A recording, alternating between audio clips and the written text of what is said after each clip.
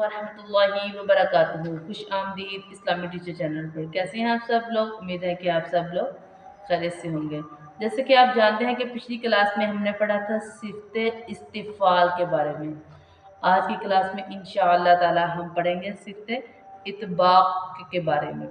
आज का वीडियो शुरू करने से पहले आप सबसे गुजारिश है कि अगर आप लोग इस्लामी टीचर चैनल पर सब्सक्राइब कर लीजिएगा, बेल नोटिफिकेशन को ऑन कर लें ताकि हमारे आने वाले हर वीडियो का नोटिफिकेशन आप तक पहुंच जाए।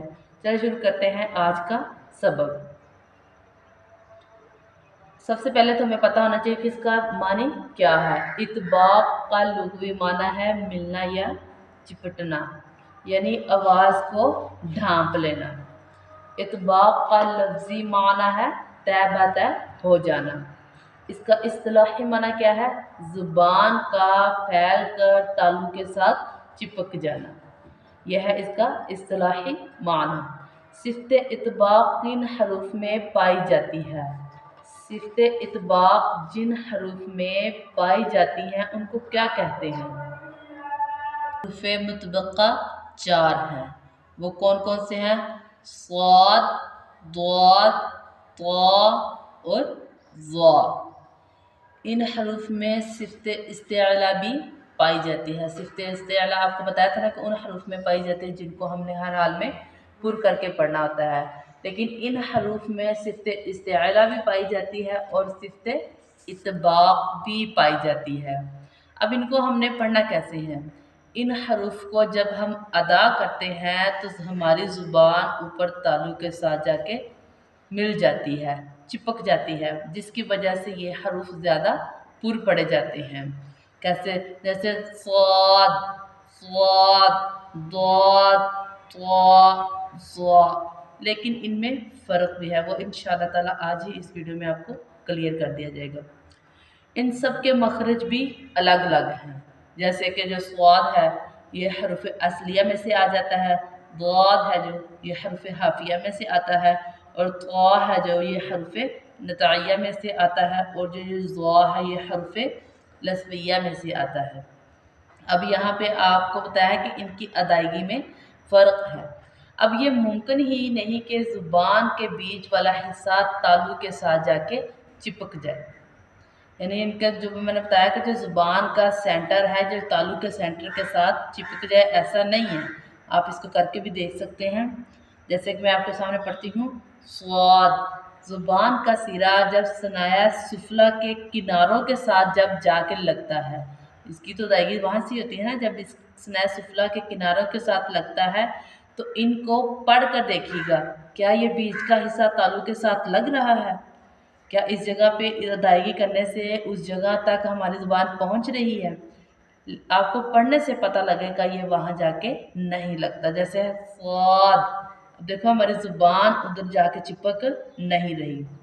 हकीकत में समझने वाली बात है वो ये है कि आवाज़ का इन्हिसार ज़ुबान और तालु के दरमियान में होना है।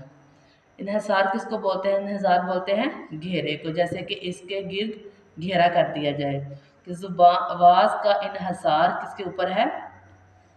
ज़ुबान और तालु के दरमियान में है। इसकी वजह से ये दोनों हरूफ क्या, ये वाले चारों हरूफ क्या पढ़े जाएंगे? पुर पढ़े जाएंगे। एक तो इनमें सिफ्ते इस्तिअला पाई गई है और दूसरी सिफ्त इसमें सिफ्ते इतबाक पाई जाती है, जिसकी वजह से ये मज़ीद हरूफ बहुत ही ज़्यादा हमने इनको।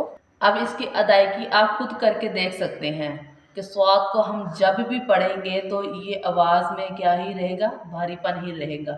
अब स्वाद पढ़ लें, दाद, ता, ज़ा। मैंने आपको बताया है कि भारीपन, बहुत ज़्यादा भारीपन इसमें इसी वजह से ही आया है।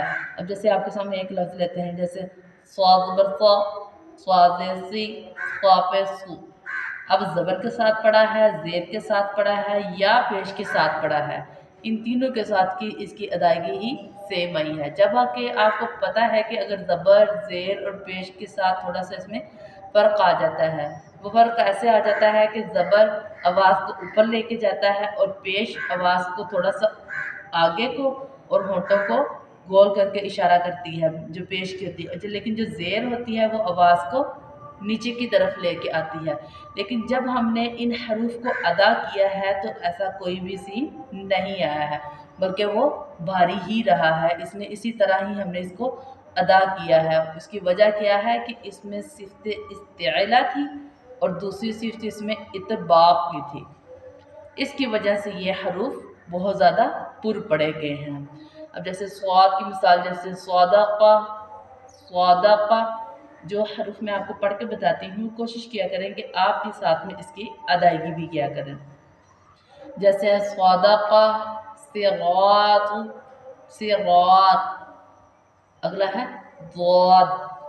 इसके बारे में मैंने आपको जब हम मखारिज की क्लास ली थी तब आपको बताया था कि हर्फ हाफिया में से है ये, और आपको जब मखारिज ज़ाद अदा करना पड़ता है तो आपको बहुत ज़्यादा मुश्किल का सामना करना पड़ता है, क्योंकि ये थोड़ा सा मुश्किल है, थोड़ा सा नहीं बल्कि बहुत ज़्यादा मुश्किल है। ये कह लें कि ये तमाम मखारिज का सरदार है।